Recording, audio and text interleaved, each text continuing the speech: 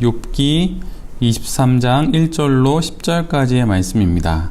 욥이 대답하여 이르되 오늘도 내게 반항하는 마음과 근심이 있나니 내가 받는 재앙이 탄식보다 무거움이라. 내가 어찌하면 하나님을 발견하고 그의 처소에 나아가랴.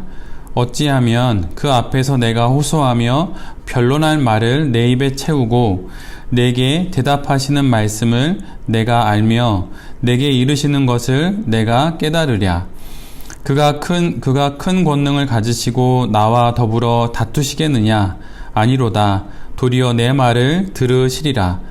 거기서는 정직한 자가 그와 변론할 수 있은즉 내가 심판자에게서 영원히 벗어나리라. 그런데 내가 앞으로 가도 그가 아니 계시고 뒤로 가도 보이지 아니하며 그가 왼쪽에서 일하시나 내가 만날 수 없고 그가 오른쪽으로 돌이키시나 배울 수 없구나. 그러나 내가 가는 길을 그가 아시나니 그가 나를 단련하신 후에는 내가 숭금같이 되어 나오리라. 아멘. 오늘은 욥기 23장의 말씀을 가지고 그러나의 기도로 하는 사업이라는 제목으로 함께 하나님 말씀을 나누도록 하겠습니다. 오늘 본문은 욥의 말입니다. 계속되는 엘리바스의 말에 아무리 반박을 하고 또 반박을 해도 아무런 소용이 없음을 알아서인지 욥의 말을 자세히 읽어보면 그의 말이 향하고 있는 곳이 이제는 친구들이 아님을 알게 됩니다.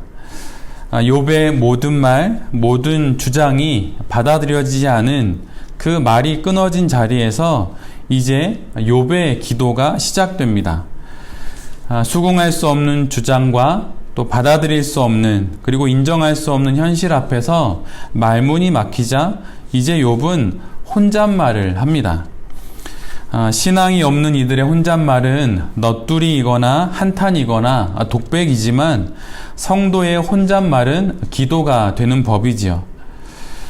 타고 남은 재가 다시 불을 붙이는 기름이 되듯 친구들의 계속되는 주장과 또 겁박에 모든 것이 타버린 욥은 재만 남았습니다. 그래서일까요? 욥기 앞부분에 보면 욥이 재 가운데 앉아서 재를 뒤집어 쓰는 표현이 등장하기도 합니다. 그러나 아이러니하게도 그 재가 된 욥의 영혼이 하나님께 올려지는 향불의 기름이 됩니다. 그리고 그 기름에 불을 붙여 그는 기도를 하게 되지요. 입술의 말이 끊어진 자리에서 비로소 참된 말인 기도가 이렇게 시작되는 겁니다.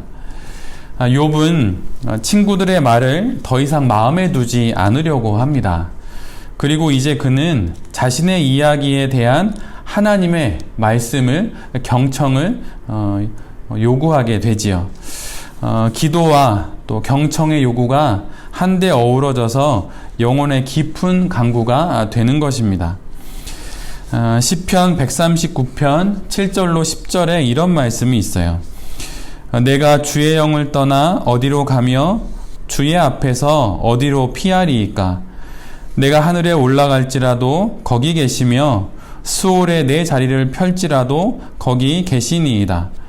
내가 새벽 날개를 치며 바다 끝에 가서 거주할지라도 거기서도 주의 손이 나를 인도하시며 주의 오른손이 나를 붙드시리이다. 시편 139편의 이 말씀이 실은 믿겨지지 않은 현실을 사는 욥은 보이지 않는 중에 바라는 믿음을 붙잡기로 결정합니다. 바다끝 저 하늘 위가 아닌 지금 바로 내 곁에 내 손으로 만질 수 있는 그 가까운 곳에서도 하나님을 발견할 수 없는 그런 현실 속에 그가 있지만 그는 보이는 현실의 어려움과 또 고통 앞에서 보이지 않는 하나님을 향한 그 믿음을 결코 철회하지 않습니다.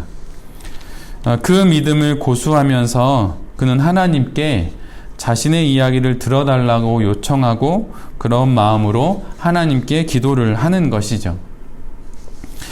하나님이 계신 곳을 향해 놓여있는 길이 있다면 그것은 바로 기도라고 할 수 있습니다. 이 기도에 관련돼서 오스왈드 챔버스가 이런 말을 했어요. 잘 한번 들어보세요. 오늘날의 기도는 논리적인 원칙들을 기초로 한 훈련과 의식이 되어버렸다. 그래서 사람들은 더 이상 온 몸과 전심을 다해 기도하지 않는다. 오늘날의 기도는 배워야 할 공부가 되었고 일정한 과정을 수료해야 하는 훈련이 되어버렸습니다. 그래서일까요? 더 이상 기도는 배우지 않으면 할 수 없는 영원한 이국어가 되어버린 것만 같습니다. 그런데 그렇게 기술이 되어버린 기도에 전심은 없지요. 인격이 사라진 기술의 기도에는 존재의 실체가 없습니다. 그리고 윤리적인 삶의 구현으로 대표되어져 버린 그 신앙에는 참된 자신의 모든 것을 드러내는 그러한 모습은 많이 사라져 있지요. 그래서 의외로 교회에서 만나는데 사실 길거리에서 지나가는 분들과 나눌 수 있는 이야기 정도만 하고 아니면 신문지에서 볼 수 있는 사회적 이슈들의 이야기는 많지만 정작 본인의 이야기는 거의 하지 않는 성도님들이 너무나도 많습니다. 그것은 마치 기도가 배워야 할 공부가 되고 마치 기도가 수료해야 하는 훈련이 되어버렸듯 우리의 신앙이 무엇인가 방향을 잃어버린 것일 수도 있어요. 인격이 사라진 신앙이 그럴 수 있는 것이죠. 그런데 우리의 기도가 마치 인격이 사라진 기술이 되어버려서 그렇게 우리가 기도를 생각하고 있는 것은 아닌지 뒤돌아볼 필요가 있습니다. 세상의 모든 것들은 우리의 오감을 통해 그 실체를 파악하게 되는 것이죠. 보거나 만지거나 듣거나 하면서 말이에요. 그러나 기도는 이 오감을 넘어 참다운 실체를 볼 수 있는 유일한 길입니다. 그러기에 결코 논리적이지 않고 정의롭지도 않으며 납득되지 않는 삶의 현실들은 오직 기도로만 감당할 수 있는 법이에요. 그럴 때, 그렇게 기도로 감당할 때 비로소 이해할 수 없는 현실을 통해 하나님께서 우리에게 이루시는 일이 무엇인지 고백하게 되는 것입니다.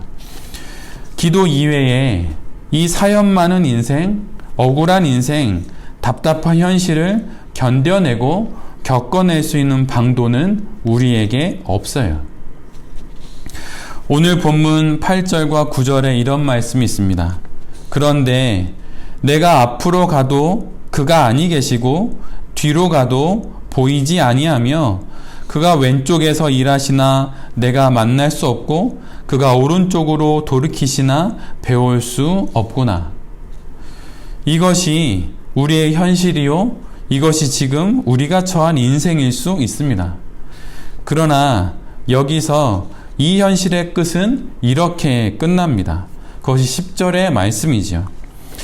그러나 내가 가는 길을 그가 아시나니 그가 나를 단련하신 후에는 내가 순금같이 되어 나오리라. 순금같이 될 나를, 정금같이 될 내 자신을 볼 수 있는 눈은 오직 기도로 가능합니다. 그러나 내가 가는 길을 그가 하시나니 그가 나를 단련하신 후에는 내가 순금같이 되어 나오리라. 이 그러나의 기도가 우리에게 있어야 합니다. 아니 실은 이미 우리에게 이 그러나의 기도가 주어져 있지요. 마가복음 14장 34절로 36절 말씀입니다. 말씀하시되 내 마음이 심히 고민하여 죽게 되었으니 너희는 여기 머물러 깨어 있으라 하시고 조금 나아가사 땅에 엎드려 될 수 있는 대로 이때가 자기에게서 지나가기를 구하여 이르시되 아빠 아버지여 아버지께는 모든 것이 가능하오니 이 잔을 내게서 옮기시옵소서. 그러나 나의 원대로 마시옵고 아버지의 원대로 하옵소서 하시고 그러나 나의 원대로 마시옵고 아버지의 원대로 하옵소서. 사업을 하다 보면 감당할 수 없는 무거운 현실들을 만나고 또 겪어내기 어려운 사건과 사고들을 만나게 됩니다. 아니, 우리의 인생 자체가 이런 사고와 사건의 연속이기도 하지요. 그럴 때 우리 모두에게 이 그러나의 신앙이 이미 있음을 반드시 기억해야 합니다. 이 신앙으로, 이 고백으로 예수님이 겟세마네 동산을 넘고 골고다 언덕을 지나실 수 있었습니다. 그러나의 이 기도로 순환을 겪으셨고 십자가를 견디셨지요. 그래서 마침내 그분이 이러한 말씀을 하시게 됩니다. 예수께서 심포도주를 받으신 후에 이르시되 다 이루었다 하시고 머리를 숙이니 영혼이 떠나 가시니라. 우리를 향한, 우리 사업을 향한 하나님의 계획 역시 우리가 이 그러나의 기도를 드리며 감당할 때 결국 우리로 이 고백을 하게 하시는 것입니다. 다 이루었다. 사업이 이럴 수도 있고 또 우리의 인생이 그럴 수도 있고 가정이 그럴 수도 있고 내 몸의 연약함이 또 그럴 수도 있습니다. 그러나 이 모든 것을 그러나의 기도로 감당한다면 결국 우리가 그 모든 것 가운데 가장 마지막 우리의 삶의 현실 속에서 이 고백을 할 수 있게 될 것입니다. 다 이루었다. 위기의 순간, 또 절망의 순간, 때로는 억울하고 때로는 분노에 차는 그 순간, 또는 고난의 그 시간에 이 그러나의 기도를 드리면서 사업하시는 베레베 모든 가족들이 되시기를 빕니다. 그렇게 견디고 또 겪어낼 때 지날 수 없는 겟세마네 동산을, 또 넘을 수 없었던 골고다도 지나셔서 우리의 삶 가운데 구원을 이루신 예수 그리스도처럼 우리의 사업으로 이루실 하나님의 놀라운 일들이 마침내 이루어지게 될 것입니다. 그러나의 기도로 또 사업의 수많은 순간들과 또 어려움들, 또 형통함들을 잘 지나가시는 모든 베레베 가족들이 되실 수 있기를 간절히 기도드립니다. 아멘.